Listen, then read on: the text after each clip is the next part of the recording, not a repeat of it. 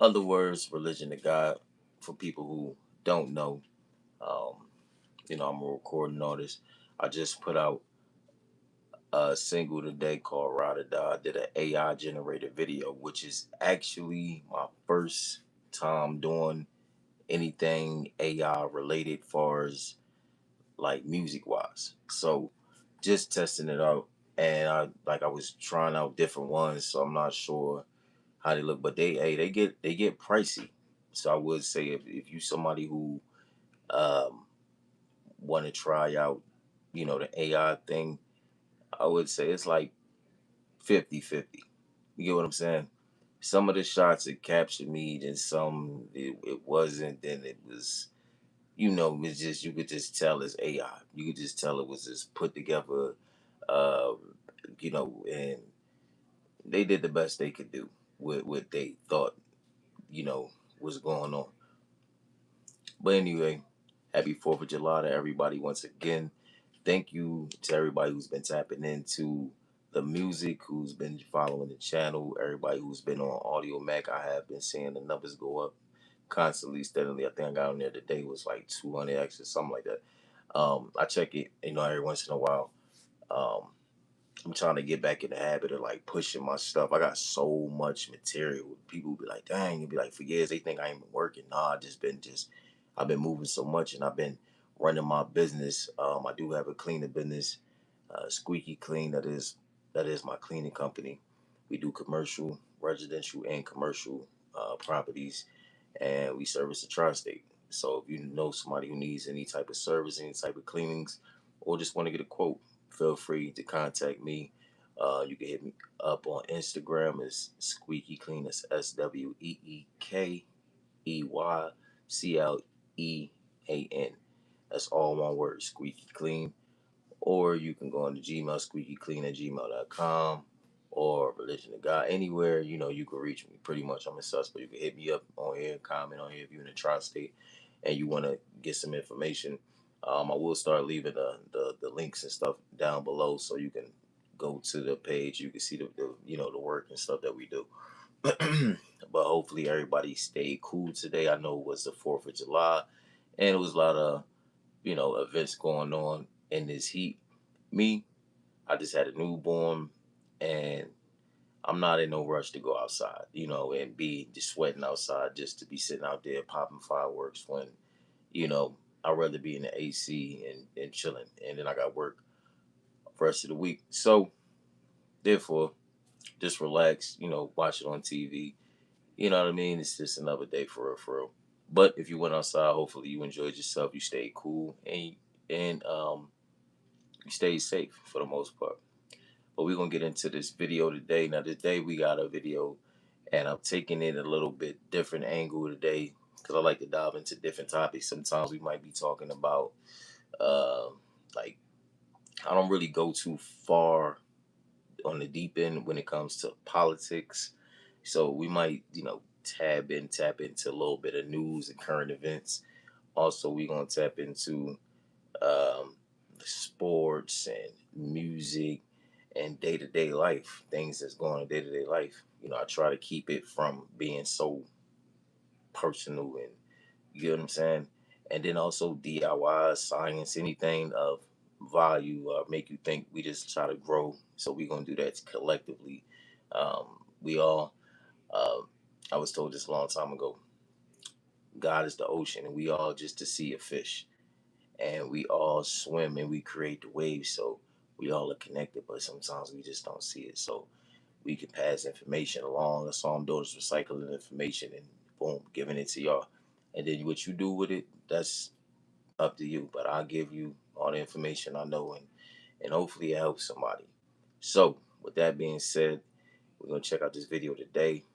It says, "What did ancient humans do all day with no jobs?" So before we get started, if you're rocking with your boy Shavar So For Real, make sure you go ahead and hit that like button. I appreciate you guys.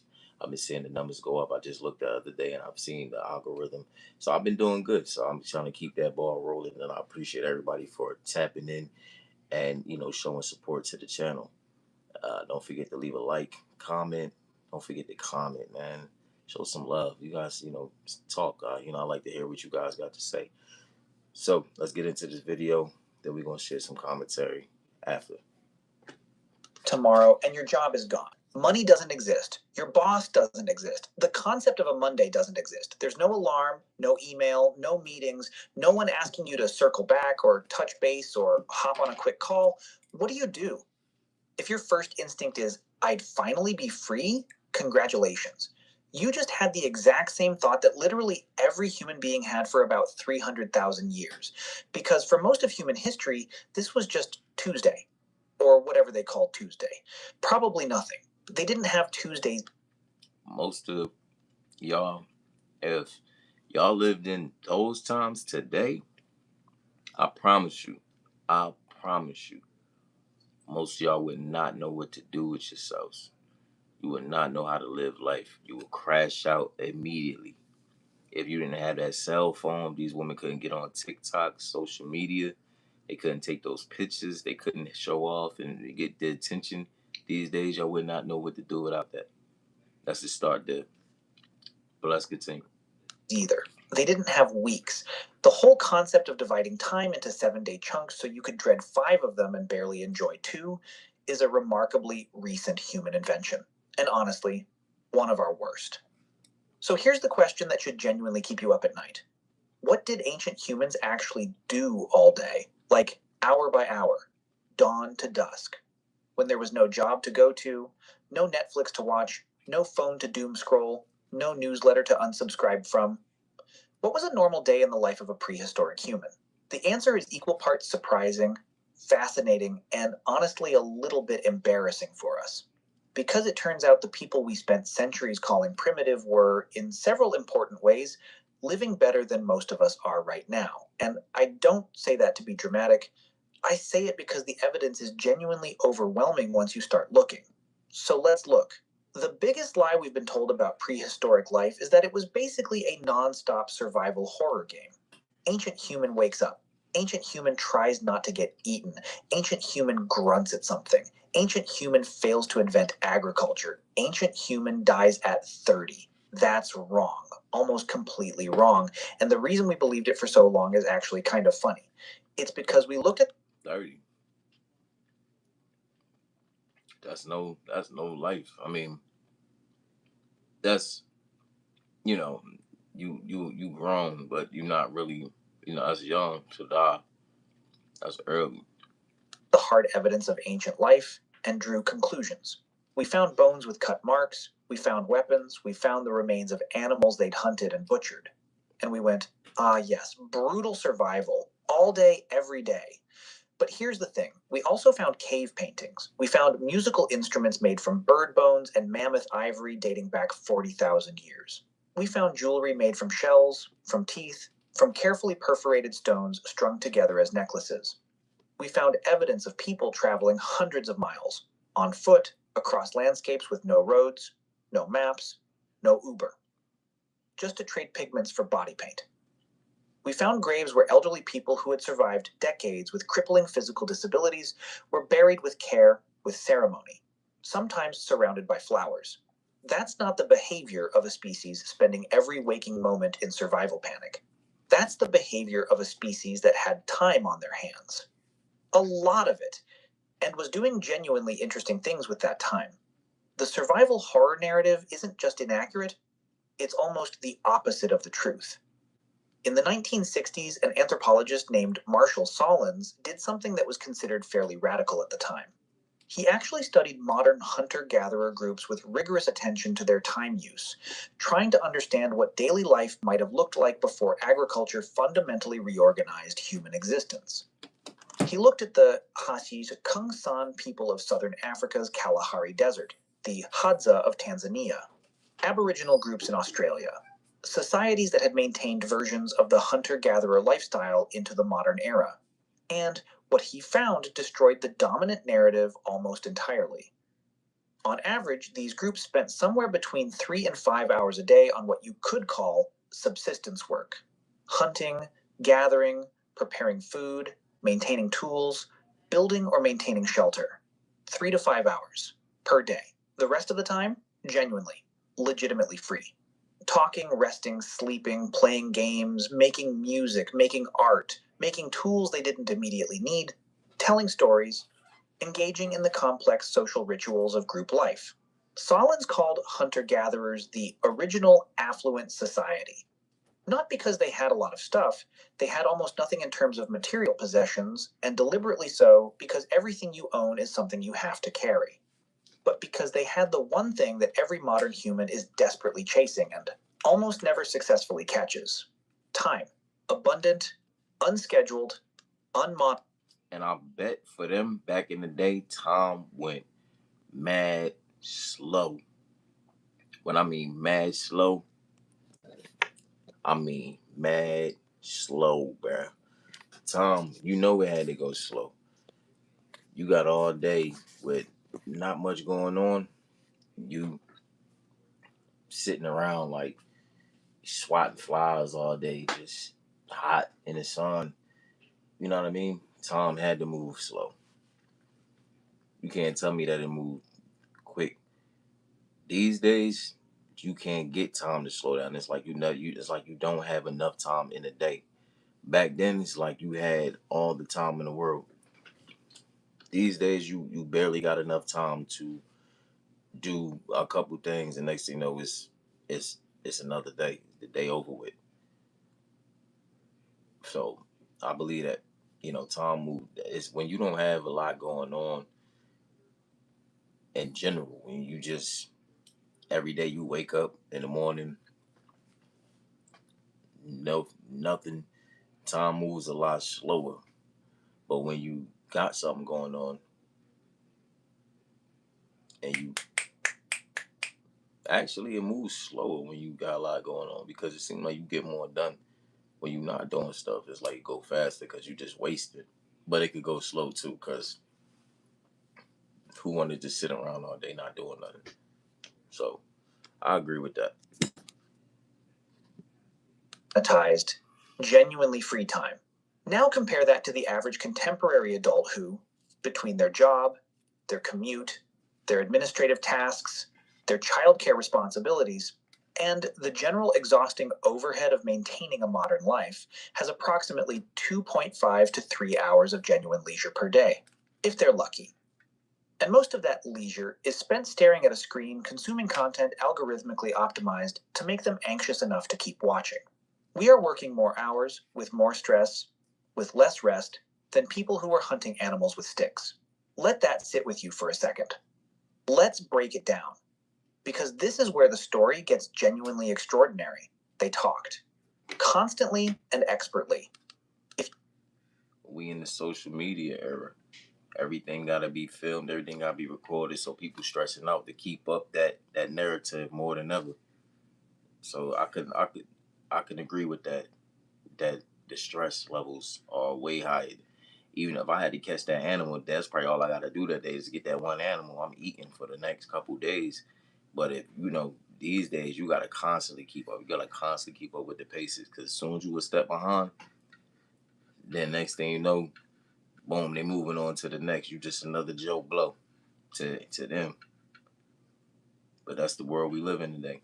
You could go back in time and observe a group of hunter-gatherers sitting around a fire in the late afternoon. The most striking thing wouldn't be the fire, or the animal skins, or the stone tools, or the absence of Wi-Fi. It would be the conversation. Because ancient humans were relentless, dedicated, passionate talkers.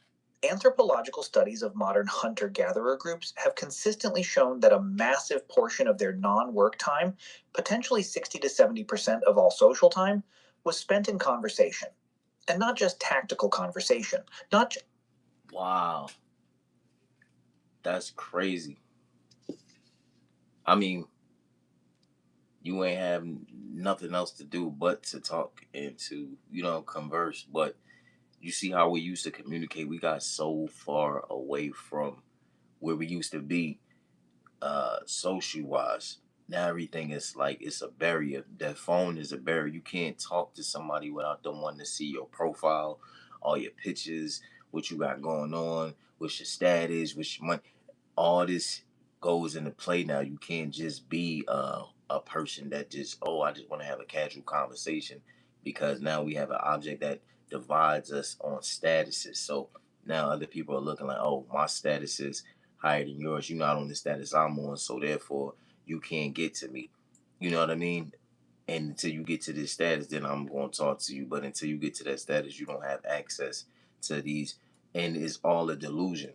It's all a delusion in your mind. You'd be surprised how many people they think they just all this, and then you see them in person. They don't look like they say they look.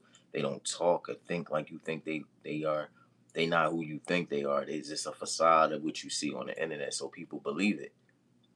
But in reality, these people are not you know, no high price value, and they don't. A lot of times they don't even value themselves, but they want to put a value on them, as if you have to pay them attention and you have to pull all this, you know what I'm saying, into them. And what they do, they regular people, just like you, just like me, just like I've had my fair share of success in doing things, but I would never say, oh yeah, I'm just dude, and I just, you know, I know I can't be touched, and we've got so far away from having conversations. I'll talk to anybody. I don't care. You know what I mean? As long as you show me respect and love, hey, I'm gonna show you respect and love. But let's get back to the video. Just the mammoth migration patterns this season seem different, or I think the river runs south from here. They gossiped, they told jokes, they argued, they flirted, they complained about each other. They shared stories about things that happened years ago. They speculated about things they couldn't explain. Robin Dunbar, the British anthropologist famous for Dunbar's number, the theory that humans can comfortably maintain about 150 stable social relationships before the cognitive load becomes unmanageable, argued compellingly that language itself evolved primarily as a form of social grooming, because other primates maintain social bonds by physically grooming each other, picking parasites and debris out of each other's fur. It's time-consuming and intimate, and it builds trust and alliance. Human social groups grew larger and more complex. You simply couldn't physically groom 80 people. There weren't enough hours. So humans evolved language to achieve the same social bonding function at scale.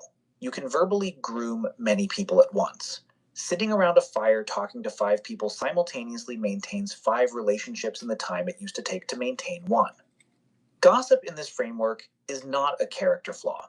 It is the original social technology, the fundamental software of human community, which means that every time you call a friend just to chat about nothing, or gossip with a coworker about something silly, or spend an evening doing nothing but talking and laughing with people you love, you are doing exactly what your ancestors did around a fire 50,000 years ago. You are not wasting time. You are performing the oldest and most essential human activity there is. Here's something that genuinely freaks people out when they learn it. The concept of sleeping for 8 consecutive hours at night is almost certainly a modern invention, not something humans evolved to do. Not even something. I was gonna say that I know for a fact had to be an invention that came later. The 8 hour day. Where do you get the 8 hours from? Like, and I know they do scientists and do studies and things like that, but we used to live for a long, long time. They say sleep is the cousin of death, and if you sleeping a lot and all this, you die. Actually, sleep, promotes health and stuff. But also, when you in a situation of survival mode, you can't sleep kind of how you want to sleep. You got to kind of have somebody watching you, and making sure you can sleep comfortable, take routines. Because back in those times, all type of wild animals, all type of predators and prey and different things, and insects and poisons, all type of stuff was out. It was, matter of fact, it was animals that's extinct now, that's used to be alive back then, that's not alive right now. So they had to deal with everything. So yeah, you definitely had to keep your head on the swivel. I'm pretty sure you did not sleep comfortable at all. Humans historically did. Something we were essentially forced into by artificial lighting and the factory schedule. Historian Roger E. Kirch spent over 2 decades researching sleep patterns in historical documents, diaries, medical texts, court records, literature, and found overwhelming evidence that before the widespread introduction of artificial lighting, most people slept in 2 distinct phases. First sleep, from roughly dusk until sometime around midnight. Then a period of being awake, genuinely, naturally awake, not insomnia, for 1 to 2 hours. Then second sleep until dawn. During that middle of the night waking period, people didn't lie there in anguished insomnia, wishing they could get back to sleep. They got up, they talked with their families, they prayed or meditated. They had sex, they smoked pipes, they visited neighbors, they checked on their animals. Normal, just like everybody else. Normal, it sounded like they was doing normal stuff. Get up, you know what I'm saying, get some yams, bust the old lady down, you feel me, check on the kids, make sure the kids ate, make sure they good, you know what I mean, meditate, sing little songs, you know what I'm saying, might get a little late night snack, you know what I'm saying, like, yeah, putting in work, start going to work early, you know what I mean, you doing an overnight shift. Some used it for reflection and creative thought. There are accounts of people deliberately using this period for problem solving, for writing, or the kind of deep thinking that the busy daytime hours didn't allow. Ancient and medieval texts are casually full of references to first sleep and a second sleep, as if these terms needed no explanation. Because they didn't. Everyone knew what they meant because everyone experienced it. It was only after gaslighting in the early 19th century and then electric lighting in the late 19th century made the night fully artificial and conquerable that this natural sleep pattern got compressed and flattened into the consolidated 8-hour block we now consider biologically normal. It's not, or at least it may not be. If you sometimes wake up at 2 a.m., lie there for an hour feeling oddly alert and calm and wonder what's wrong with you, the answer is potentially nothing. Your body is doing what human bodies did for hundreds of thousands of years. You're just missing the campfire, the low voices of your family nearby, and the absolute spectacular darkness of a world without electric lights. One of the most persistent misunderstandings about prehistoric humans is the idea that they were technologically rudimentary. That Stone Age implies something crude and simple, but the craftsmanship required to produce their tools, their clothing, their shelter, and their art was not simple. It was demanding, practiced, skilled work that took years to master. Take stone knapping, the process of shaping flint or obsidian by striking it in precise sequences to produce a blade with a sharp, consistent edge. This sounds like something anyone could do with a rock. It is not. The material has specific fracture properties that have to be deeply understood and anticipated. The angle, force, and location of each strike must be carefully controlled. A single wrong blow can shatter the whole piece. Modern archaeologists and enthusiasts who have tried to learn knapping have reported that genuine proficiency takes years of regular practice. Ancient humans spent significant portions of their time developing and maintaining this skill. Then there's clothing production in cold climates, which was an enormous undertaking. Preparing animal hides to be worn required scraping them clean, treating them to prevent hardening and decay, and then stitching them into garments using bone needles. We have found needles made of bone dating back 50,000 years or more. Needles with eyes that some... Dang, bone needles. I ain't never heard of that. Comment below if y'all heard of bone needles before. I mean, but it is smart though. I mean, it would make sense. One sat down and carefully drilled through a tiny piece of bone using stone tools because they wanted to sew. Because the quality of their stitching mattered to them. Because they cared. And then there's the art, which should make every single... I'm glad they didn't broke that down because that's where your mind started to wonder, clothes and how you stitch things from the fur and all that. What tools did you use? I know they use rocks and stones, but bone needles, I wouldn't have guessed that that's how they use to actually stitch their threads, which is very smart. A piece of bone from an animal, sharpen it up. Yeah, makes sense. Person stop and feel something. Any luck over there? We don't need luck. We're trillionaires. Bando Casino Reward. Pause that.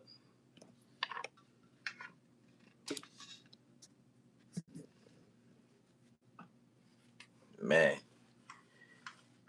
who knew it was so much,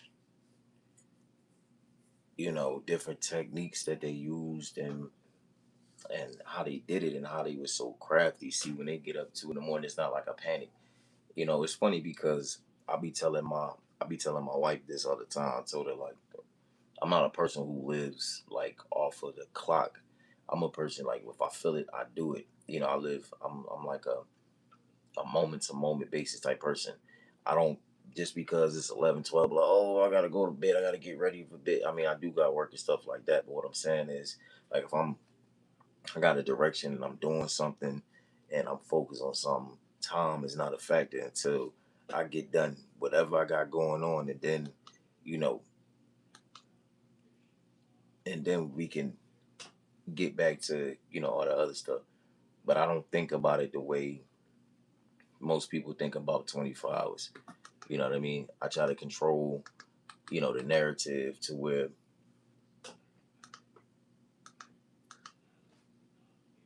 time don't really bother me. Like right now, it's like one something, probably like one something a month. But the way I look at it is like I'm giving content. I'm doing something. So after I'm done, boom, and I got a job tomorrow, but that's a little bit later in the day. So I got plenty of time to get done what I need to, and get as much rest. I believe in long as you feel good, no matter when you sleep, how long you sleep, whatever. If you get up and you have energy to do what you got to do, definitely take care of yourself. Make sure you drink your water, eating healthy and try, try. I'm not even gonna say you feel me. I'm perfect because I bust down the chicken sandwich or two, and that means just me in you feel. But nah, um, long as you got the energy and you feel good, then it's all good. You feel what I'm saying? You got the energy, you good. Just go. You feel me? I don't believe in going to bed when it's a bedtime. I go to bed when I get tired. You know what I'm saying? I go to bed when the job is done. You feel me? If I'm motivated to do this, I don't want to waste a day. I don't want to have to live with that day. Damn, I could have did all this with my time, and I sat back and nothing. And then some days, you know what I mean?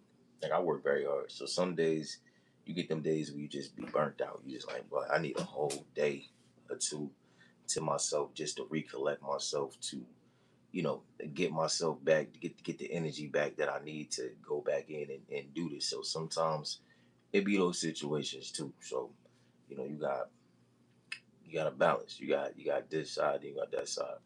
But for the most part, you know what I mean? Sometimes 8 hours is too much. If you got a whole busy schedule, sometimes it's too little, you know. It differs, it varies from person to person. But back then, they were very creative, very connected and together um, people, you feel me, and community based and culture based, and help one another and build stuff from the natural stuff around you and in your environment, and learning how to use your environment to your benefits. I think that was very smart, and we have came a long way since then.